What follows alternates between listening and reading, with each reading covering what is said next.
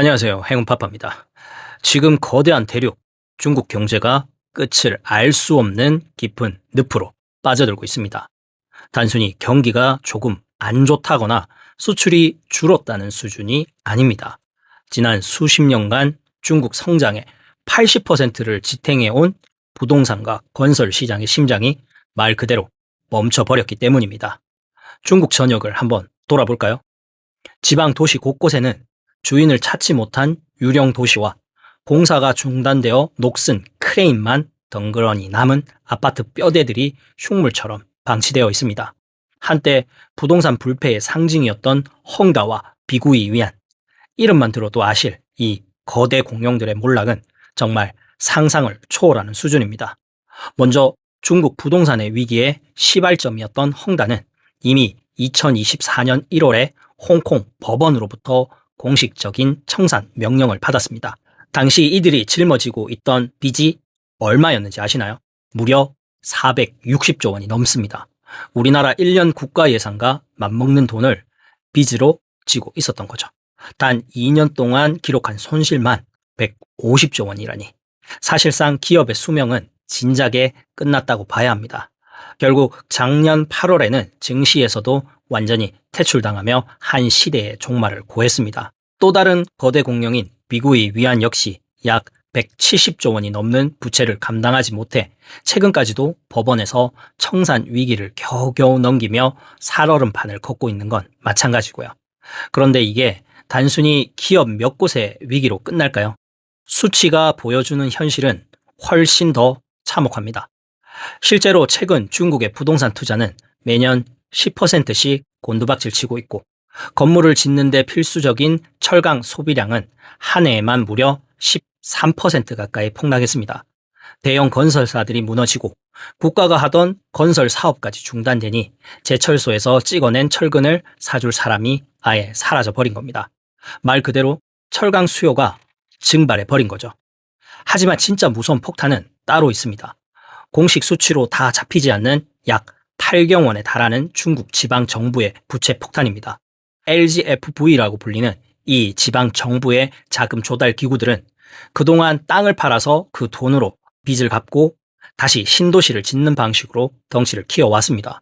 하지만 부동산 시장이 붕괴되면서 땅을 살 사람도 건물을 지을 자금도 전부 말라버린 거죠. 결국 돈줄이 마른 건설 현장에서는 중장비 소리가 사라졌고, 지방 정부들은 파산 직전에 벼랑 끝으로 내몰리고 있습니다. 건설사들은 돈이 없어 자재 대금을 못 주고, 그 여파로 철강 대리점들이 연쇄 부도를 맞으며 중국 내 철강 유통망은 이미 마비 상태입니다. 그런데 여기서 우리는 한 가지 의문이 생깁니다. 물건이 안 팔리고 건설 현장마저 멈췄다면 제철소들도 당연히 생산량을 줄이고 용광로 불을 꺼야 하는 게 상식 아닐까요? 하지만 중국은 그 상식이 통하지 않는 기형적인 구조에 갇혀 있습니다. 제철소의 심장이라 불리는 고로, 즉 용광로는 한번 불을 끄면 다시 가동하는데 수천억 원의 비용과 수개월의 시간이 걸립니다. 단순히 기술적인 문제를 넘어 용광로를 멈춘다는 것은 그 지역 경제의 파멸을 의미합니다. 중국 지방 정부들이 적자를 보면서도 제철소에 보조금을 쏟아부으며 죽어도 용광로 불을 끄지 못하게 하는 가장 절박한 이유는 바로 수백만 명의 목줄이 걸린 고용과 사회 안정이라는 거대한 족쇄 때문이에요.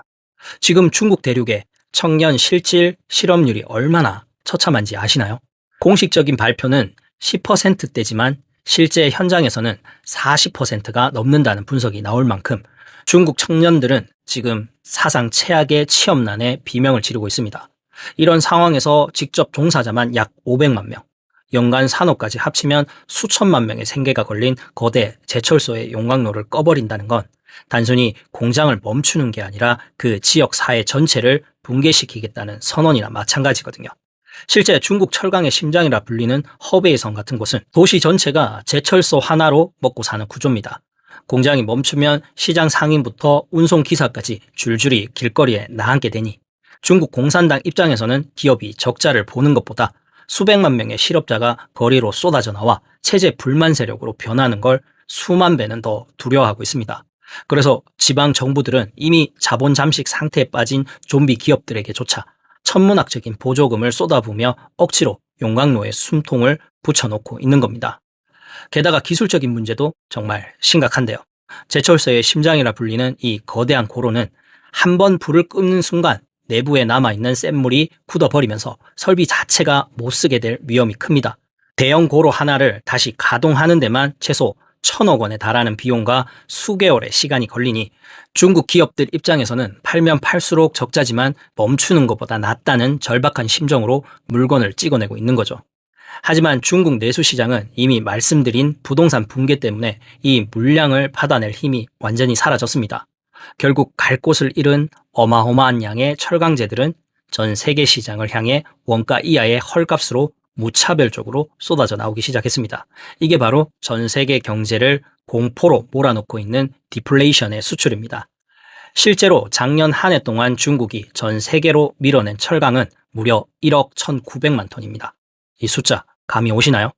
우리나라 1년 전체 철강 생산량은 약 6,100만 톤, 2배가 넘는 엄청난 양을 오직 남는 물량이라며 전 세계에 덤핑으로 집어던진 겁니다.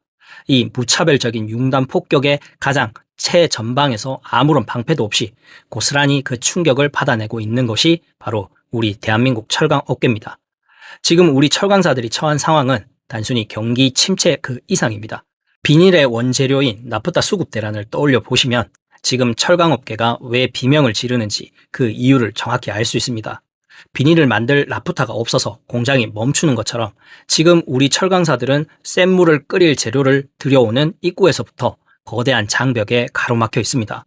중동 호르무즈 해협의 긴장감이 여전히 가라앉지 않으면서 해상 물류비는 차고 일어나며 치솟고 있고 쇳물을 끓이는데 필수적인 철강석 가격은 더욱 절망하게 만듭니다. 보통 쇳물 1톤을 만드는데 철강석이 무려 1.6톤이나 들어가는데 포스코나 현대제철의 대형 고로 하나가 하루에 먹어치우는 철강석 양만 약 2만 4천 톤이 넘습니다. 대형 덤프트럭 수천 대 분량의 철강석을 매일매일 용광로 속에 쏟아붓고 있다는 뜻이죠.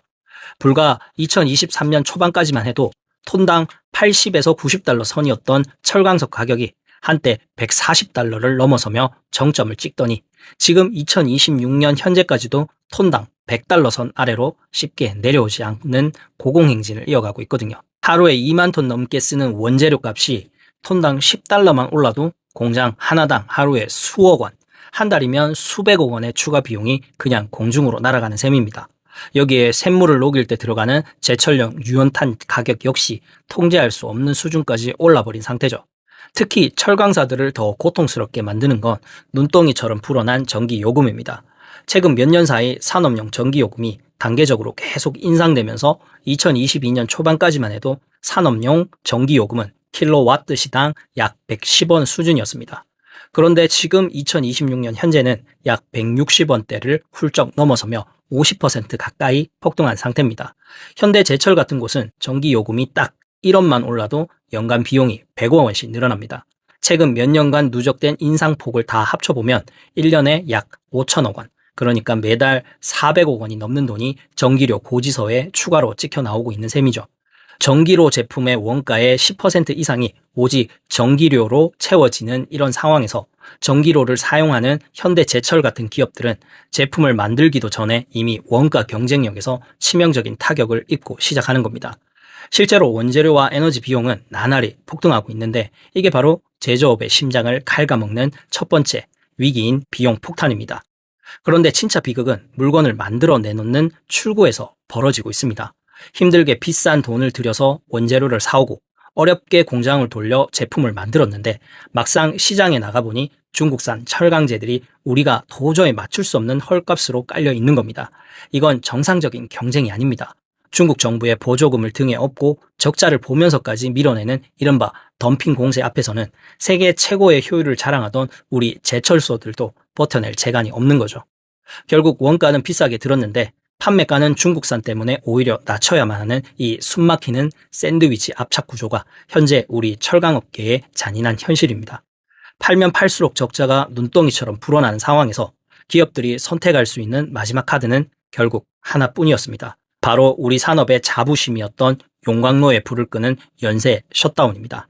당장 올해 2026년 1월 20일 현대제철 인천 공장의 소식을 들으셨을 겁니다. 연간 80만 톤의 철근을 뽑아내며 우리 건설 현장에 든든한 버팀목이 되었던 90톤 전기로와 아변 라인이 결국 폐쇄 결정이 내려졌습니다. 인천 공장 전체 생산량의 무려 절반을 포기하는 뼈를 깎는 결단이었죠. 업계 1위 포스코의 상황은 더욱 심각합니다. 45년이라는 세월 동안 대한민국 경제 성장의 엔진이었던 포항제철소 1선제 공장이 지난해 말 결국 가동을 멈췄습니다. 포스코 측이 밝힌 공식적인 폐쇄 이유도 글로벌 공급 가인과 저가 수입제의 공세 때문이었습니다. 대한민국을 일으켜 세운 그 뜨겁던 샘물 소리가 사라지고 정막만 남은 이 공장 부지들은 지금 우리가 처한 위기가 얼마나 깊고 어두운지를 말없이 증명해주고 있습니다. 그런데 말이죠. 이 익숙한 위기 상황을 가만히 들여다보면 지금 우리가 겪는 이 고통이 과거 10년 전의 역사와 매우 닮아 있다는 걸 알 수 있습니다. 지금으로부터 딱 10년 전인 2015년 글로벌 철강 시장을 기억하시나요? 당시에도 중국은 내수 경기 둔화로 남아도는 철강제 약 1억 1,200만 톤을 전 세계 시장에 헐값으로 쏟아냈습니다. 이른바 철강 대공황이라고 불릴 정도로 전 세계 제철소들이 줄도산 위기에 처했던 매우 힘든 시기였죠. 하지만 당시에는 나름의 해결책이 있었습니다. 바로 중국 중앙정부가 직접 칼을 빼들고 이른바 공급 측 개혁이라는 것을 강력하게 밀어붙였거든요. 중국 정부가 강제로 낙후된 설비들을 폐쇄하고 생산량을 인위적으로 조절하면서 바닥을 치던 철강 가격을 다시 끌어올리는 데 성공했습니다. 그런데 문제는 지금의 중국은 그때와 같은 결단을 내리기가 현실적으로 불가능하다는 점입니다. 가장 큰 이유는 앞서 말씀드린 약 8경 원에 달하는 지방정부의 부채 때문입니다.